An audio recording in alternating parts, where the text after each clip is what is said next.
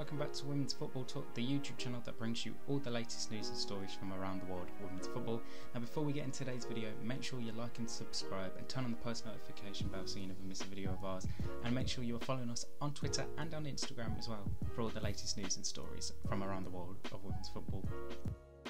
Yesterday saw the completion of the quarterfinals as France played the Netherlands, and it was a game that, for me, on paper, heading into it, it looked like it could have been a really close game.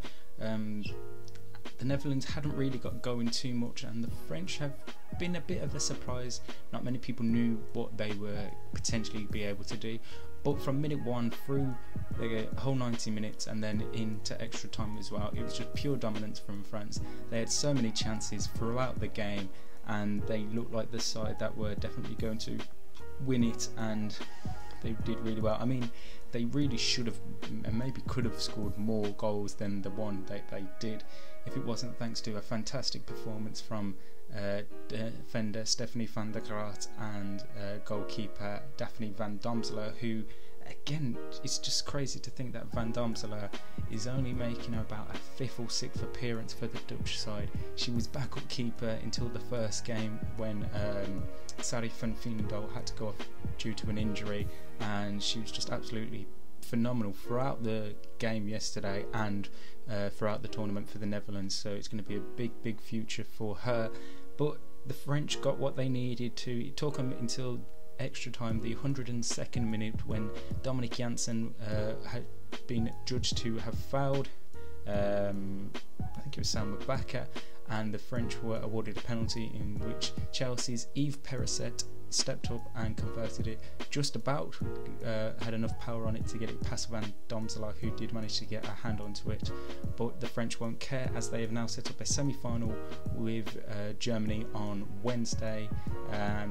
Yeah, so overall I think French will have that encouragement of knowing that they are a good enough team. Obviously they've beaten the 2017 winners and get into the semi-final for the first time, but they know they've got to be more clinical, and maybe missing Marie Antoinette Katoto is key to them, because despite her good game last time out, Malvin Millard wasn't really there too much for them.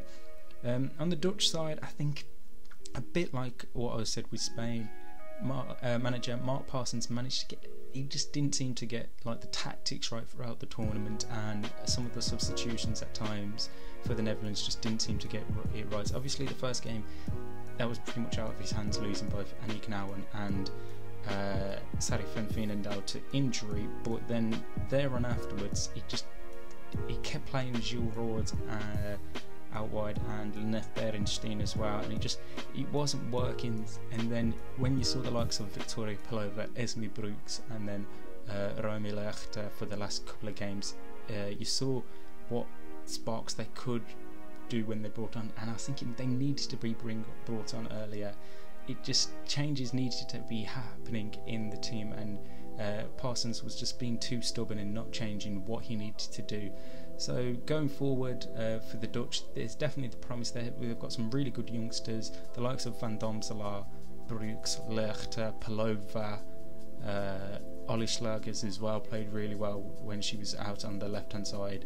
So it's not like it's too worrying for the Dutch now. They definitely got some good young players coming through, but it's going to be a massive disappointment to end this tournament in the way it did.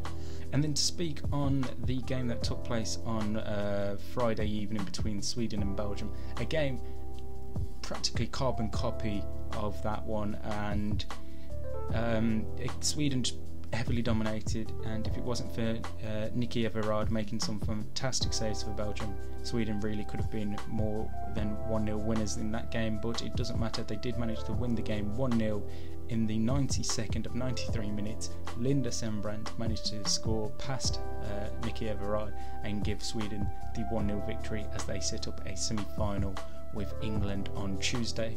But yeah, I think Belgium, for their first time in a quarterfinals, definitely can go home with their heads held high, and definitely look like they have a good bright future going forth. Potentially, I don't know whether they can still, I'm not too sure whether they can still qualify for the World Cup next year or have qualified already. I'll look into that in a later date. But yeah, it's definitely a team for the future, and promising things can come out of that Belgium side. So that's it. We have our semi-finals set for Tuesday and Wednesday: England versus Sweden, Germany versus France, and we'll have a preview of that in a few days' time before the semi-finals take place.